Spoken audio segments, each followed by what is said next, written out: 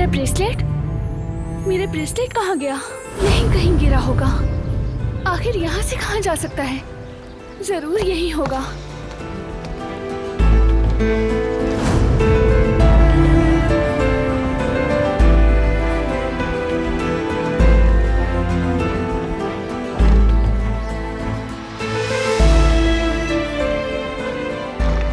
मैं मजबूर हूं तूफान, और कोई रास्ता नहीं बचा।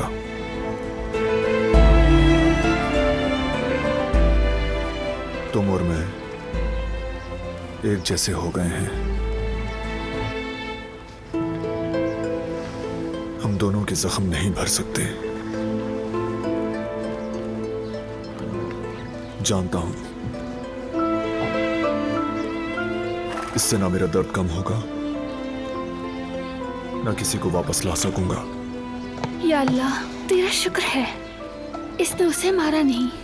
या अल्लाह, तेरा लाख लाख शुक्र है, शुक्र है। लेकिन मैं मजबूर हूं। अब इस मामले को खत्म होना चाहिए।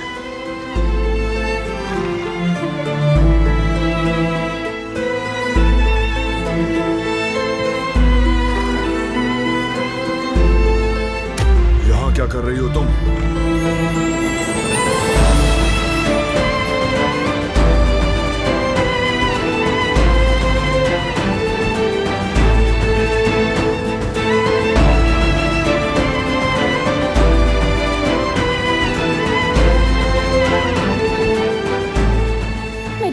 शायद मेरा ब्रेसलेट यहाँ गिर गया।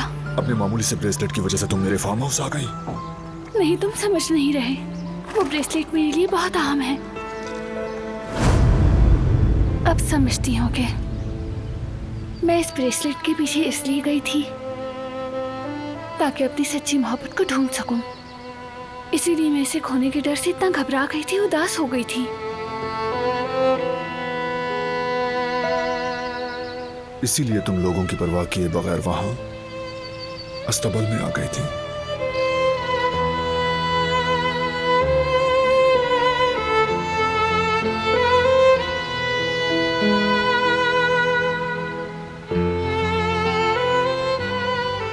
सच कहूं तो थोड़ी डरी हुई थी, लेकिन खुद से कहा इसे यहाँ छोड़कर नहीं जा सकती।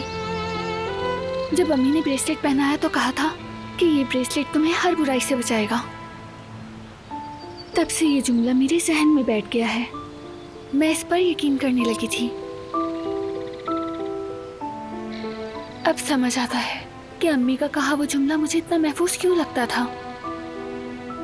क्योंकि उसके बाद कोई ऐसी बात नहीं सुनी। सिर्फ एक हकीकी माँ ही अपनी बेटी को हर बुराई से बचाना चाहती है। जो कुछ मैं महसूस करती हूँ वो दरअसल मेरी माँ की मोहब्बत थी। शायद मैंने अपनी माँ को याद रखा हुआ है। शायद मुझे उनका चेहरा भी याद आ जाए। बस अपनी माँ का दिया हुआ प्यार नजर आता है मुझे। अब बस उनका दिया हुआ ब्रेसलेट है मेरे पास, और कुछ नहीं।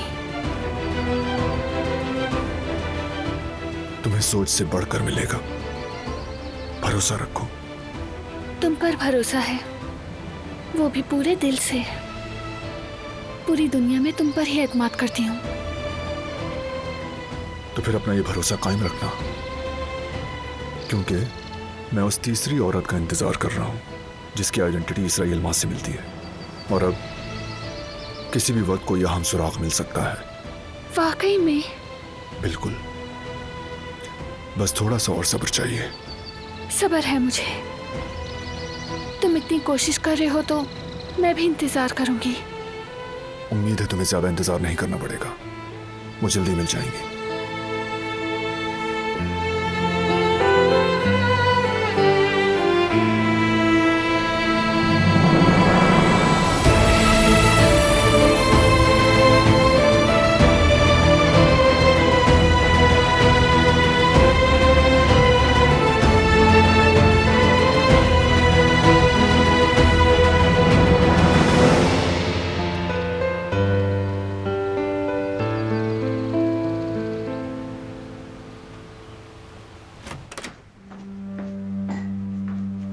पापा,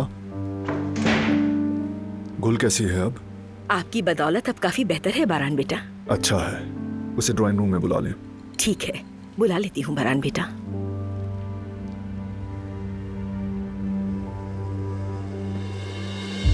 तुम भी ऊपर जाकर आराम कर लो, जरूरी है। गुल से मैं खुद बात कर लूंगा। चलो।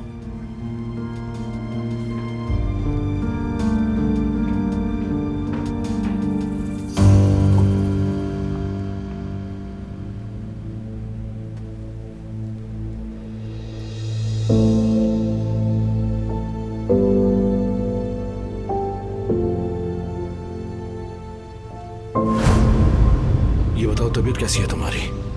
तुम्हारे बेहोश होने की वजह से सब डर गए थे। मैं ठीक हूँ। तुम तो जा रहे थे ना? मेरा इरादा तो तुम्हें भगाने का था, यहाँ से जाने का नहीं।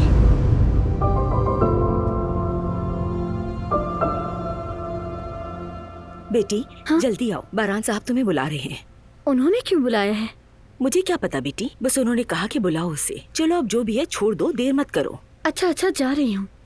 खैर हो इंशाल्लाह।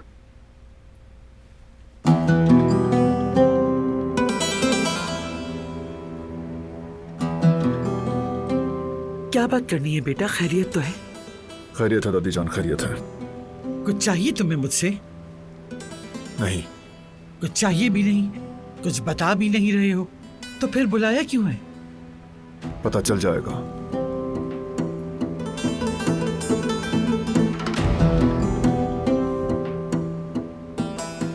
आओ, कुछ बात करनी है।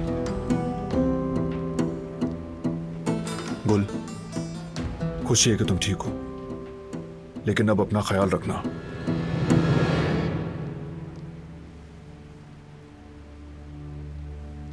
मुख्तसर बात दादी जान,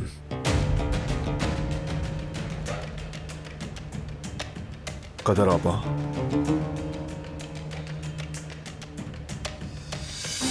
अब से कोई भी आपको किसी भी चीज के लिए मजबूर नहीं करेगा। सुकून से रहें आप। जो आपको मजबूर करे उसे मैं देख लूंगा।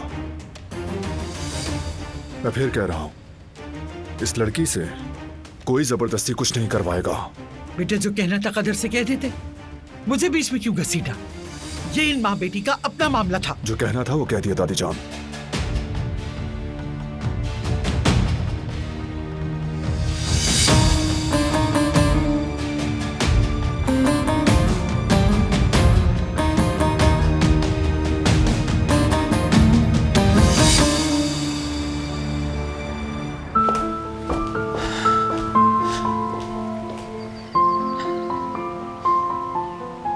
उसने कहा मेरी बेटी मर गई है।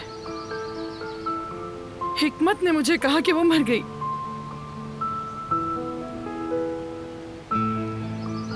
लेकिन देखो ना, देखो जरा,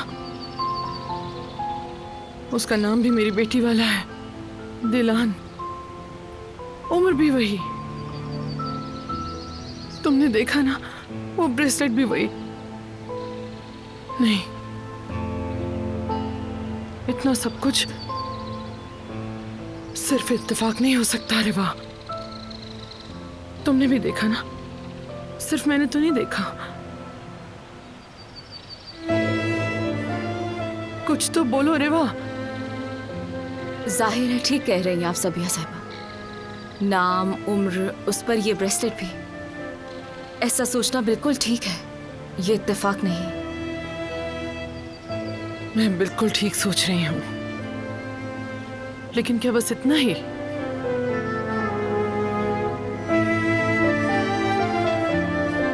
तुम्हें ऐसा तो नहीं लगता ना कि मैं सब कुछ खुद अस्यूम कर रही हूँ? नहीं सबिया साहिबा, मुझे ऐसा नहीं लगता। जब तक यकीन ना हो कोई फाइनल बात नहीं कही जा सकती।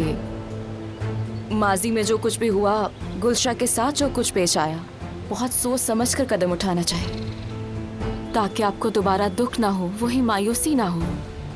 नहीं नहीं, मैं और खामोश नहीं बैठ सकती। मेरे पास और ज्यादा वक्त नहीं है सोचने के लिए। मुझे कुछ करना होगा हनीफा से, और हाँ, दमीर खानदान से। जितना जल्दी हो सके मुझे बात करनी होगी। चलो। रुकिए सबिया साहिबा, आप इस हालत में मत जाएं। क्यों? क्या हुआ है मेरी हालत को? आपकी सबसे बड़ी खूबी आपका जब्त है। आपने भी बहुत बड़ा सदमा झेला है। फितरी तौर पर हिल गई है। इस हाल में जाना नामुनासिब होगा। अगर हम बगैर किसी मंसूबे के जाकर सवाल करेंगे तो चाहे सच भी हो वो हमें नहीं बताएगी। ठीक कह रही हो। अगर वो सबसे छुपा रहे हैं तो मुझे क्यों बताएंगे? फिर चाहे मैं नाम लूं या उम्र बताऊं, मैं उस ब्रेसलेट का जिक्र भी करूं तो वो इत्तेफाक कहकर टाल देंगे। लेकिन ऐसे खामोश रहना भी मुश्किल है। मुझे कुछ ना कुछ तो करना होगा।